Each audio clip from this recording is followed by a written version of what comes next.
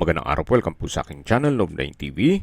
Patalasasan po, meron po ba kayong mga properties na napapabayaan or non-performing assets? Plan nyo ibenta, pero wala kayong oras sa pagbenta nito. Kung ito'y pagkakatiwala nyo po sa amin, tawag lang po kayo sa aking numero, usap po tayo, gawin ko po ng video for free. Yes, libre po, wala po kayong babayaran. Tutulungan pa namin kayong mabenta ang inyong property. Kami na po bala sa marketing, sa boosting or paid ads. Even sa tripping, hindi na po kayo mapapagod sa pag-entertain ng mga buyers. Kami na po bala sa lahat. Tawag lang po kayo.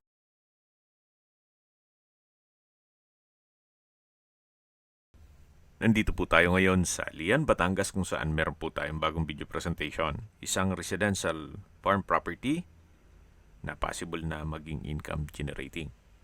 May lot area po ito na 2,000 square meters at ito'y nakabakod na. Along Barangay Road, may access na rin po dito ng tubig, kuryente at internet provider. Meron din po itong view deck na kung saan may overlooking view.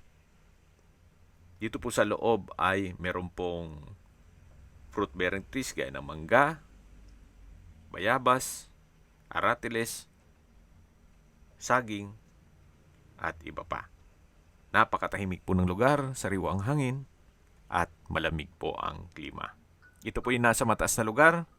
Ang estimated elevation above sea level ay 332 feet. Yan po, tunghayan niyo po itong kapaligiran, kung saan meron na po itong mga structure. Dito naman po yung garahe na pwede pong lagyan ng swimming pool para maging resort na ito. At dito po sa loob ay meron pong 5 kubo. Katabi lang po nito yung main house.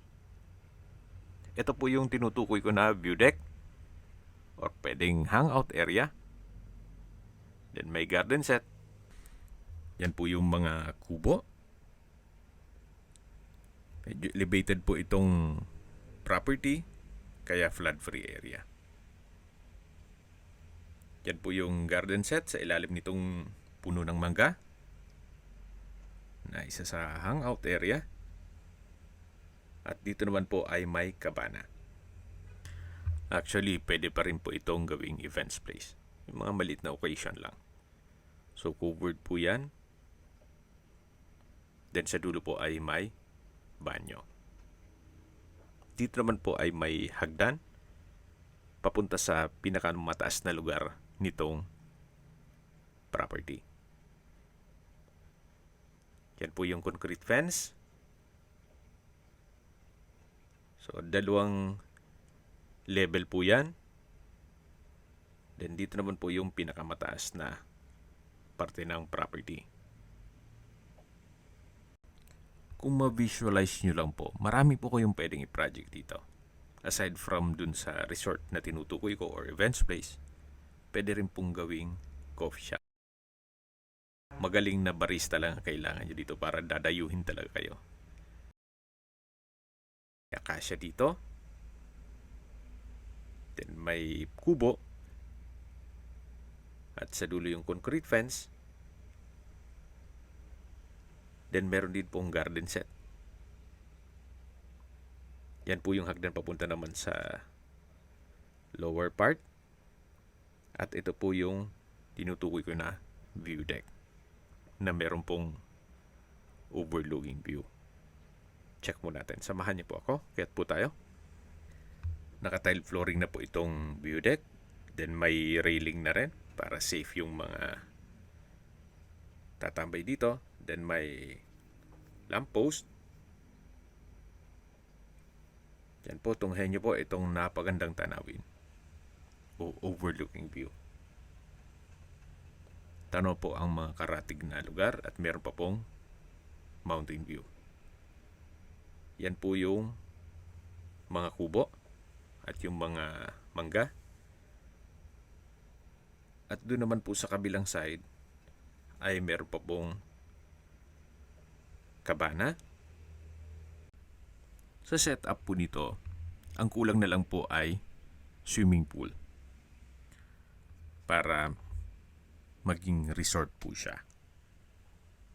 Then, pasok nyo sa Airbnb. Para ito po yung maging income generating. Ngayon po kasi hindi na pinag-uusapan ng layo.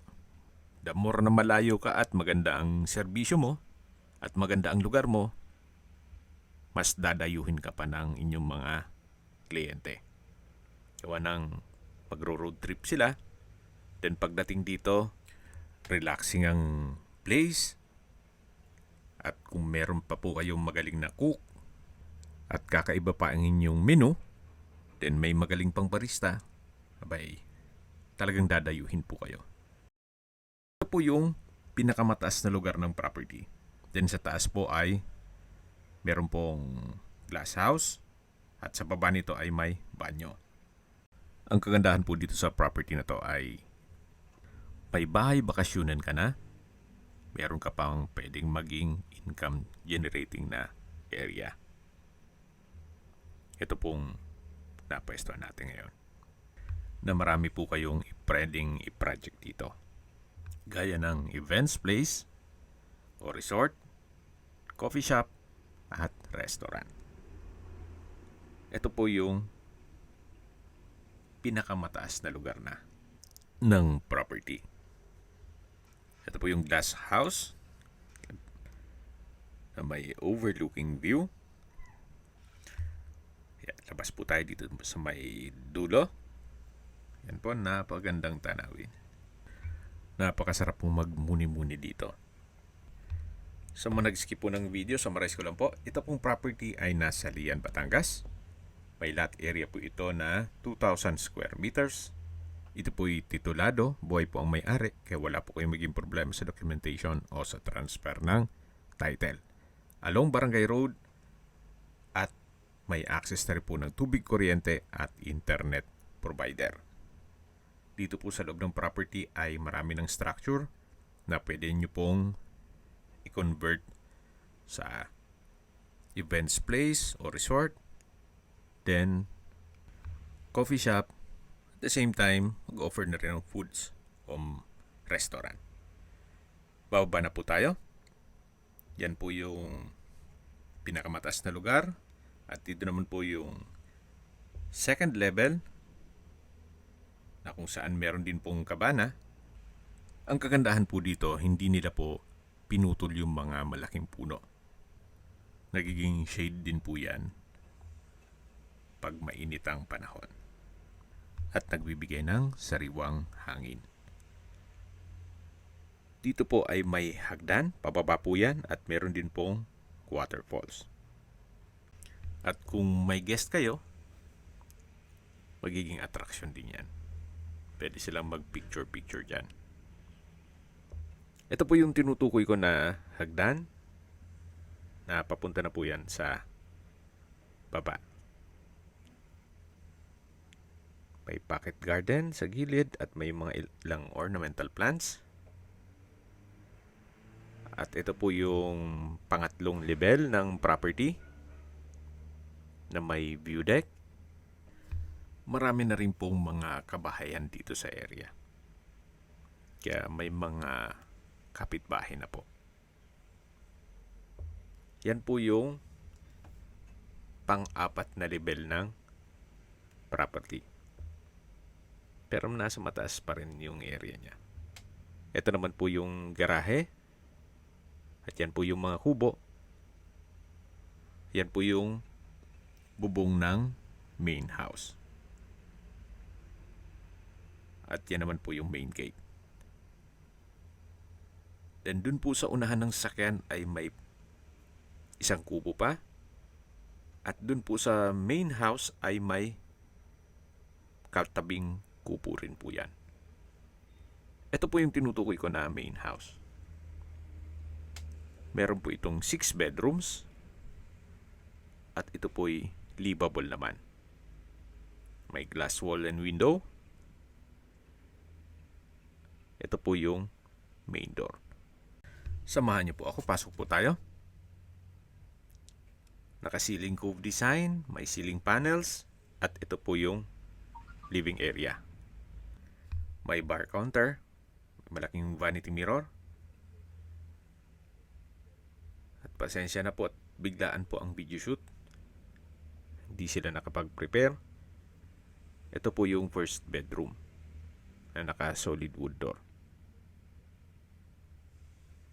Nakalak po yan at may mga personal na gamit si owner. Check natin itong living area, itong bar counter, at dito naman po yung dining at kitchen. At sa dulo naman yung banyo. Ito pong kusina ay may kitchen countertop, stainless sink with faucet, at may kitchen cabinet. Dito naman po sa dulo ay yung banyo. Naka-tiled bathroom wall, may shower, may water closet with bidet, at may hand wash basin. Yan po yung dirty kitchen. At sa dulo naman yung dining area. Yan po yung access door papunta naman dun sa isang kubo. At doon sa garahe. Balik po ulit tayo dito sa loob. Ito po ulit yung bar counter at ito naman yung mga kwarto. Ito po ulit yung living area o salas. At yan naman po yung bar counter na may stainless sink, wall-mounted cabinet, then meron din pong drawer at built-in cabinet. Naka-tile flooring na rin po yan. Check na po natin ang master bedroom. Malaki naman po ang spasyo nito. May window type aircon. At tungkol po pala sa mga kagamitan, wala pong nabanggit kung kasama yan. Pero malamang yung mga aircon, kasi built-in po yan, ay kasama po. Then meron pong another access door na ginawa nilang stock room. At dito naman po yung another access door na naman papunta sa balkonahe na may aluminum screen door. Hanggang sa dulo po yan. Ito po'y parte pa ng property. Napakalawak po. Ito naman po yung hagdan.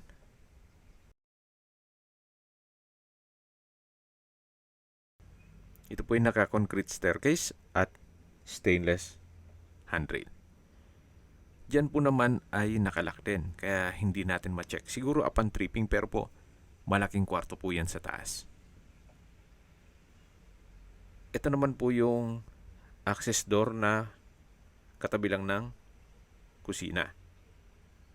Then meron pa pong common toilet and bath dito na naka-tile bathroom wall at may water closet with bidet at aircon. Ito po yung isa sa mga kwarto dito sa dulo. Check natin. Kung mapapansin nyo po, pwede nyo pong paupahan kasi meron po silang mga access doors. Gaya nito, meron na siyang countertop. Then, yung kwarto naman nasa taas. So, may parang apartment type. Itong sa dulo, ang disenyo. So, depende na po yan sa inyo kung ano magiging diskarte nyo dito. Pero kung malaking pamilya naman kayo, nasa inyo yan kung papaupahan nyo pa ito. Gawa ng meron po kayong magiging income generating na area. Yung pinuntahan natin kanina. Na unang parte nitong video. Kung naalala nyo po yung sinilip natin na balkonahe, ito po yung dulo nito. Then, yan po yung tinutukoy ko na malaking espasyo pa na pwede pong lagyan nyo ng mga kwarto para paupahan nyo. At ito naman po yung bodega o stock room. At habang pinagmamasdan nyo po itong kapaligiran, pag-usapan na natin ang distance, location, at travel time. Mula po sa Lian Calatagan Highway, ang distance is 1.5 kilometers at ang travel time is 4 minutes. Mula naman po sa mga beach resort sa Matabungkay, Ang distance is 7.3 kilometers at ang travel time is 12 minutes. Opo, malapit lang po ito sa mga beach resort sa Matabungkay, even sa Lian. Then mula naman po sa Apacible Memorial Hospital, ang distance is 10 kilometers at ang travel time is 15 minutes. At yan po yung lagi kong binabanggit sa inyo na dapat nyo i-consider sa paghanap ng property, yung meron pong malapit na hospital. Hindi ko naman po sinasabing sakitin kayo, yan naman po for emergency purpose lang naman. At mula naman po sa Walter Mart na Subo, ang distance is 12 kilometers at ang travel time is 15 minutes. Mula naman po sa Manila o sa airport, ang distance is 111 kilometers at ang travel time is 2 hours and 33 minutes. Mula naman po sa Tagaytay, ang distance is 52 kilometers at ang travel time is 1 hour and 14 minutes. Okay, sa presyo na po tayo. Binebenta po ito ni owner sa halagang 12.8 million pesos. Kung may mga katanungan po kayo, tawag lang po kayo sa aking numero. At sa mga kababayan naman natin na sa ibang bansa, meron po akong WhatsApp, Viber at Telegram. Same number lang po, 0917-316-3399. Sa mga nagtatanong naman po ng aming Facebook, meron po aming Facebook page na Nov9TV at Facebook Real Video. Meron din pong TikTok at Instagram. May ibang YouTube channel po kami, the Nov9TV channel, Nov9TV Listings, Nov9TV On The Spot, Nov9TV Updates, at Nov9TV House Rental. Sana po naibigyan nyo ang video presentation. Paki-like and subscribe na lang po sa aking channel para ma-update din po kayo sa aking future listings. Kung sakali po hanap nyo yung mas malaking sukat ng lupa, meron din po kami ibang listings na pwede nyong pagpilian. Huwag po kayong mag-atubiling tumawag sa amin. Then, let us know your budget para malaman namin kung anong property pwede naming ilong sa inyo. Sa lahat pong viewers, subscriber at nagtiwala po sa amin, salamat po sa suporta. Ingat po kayo lagi at yung pamilya. Maraming salamat po.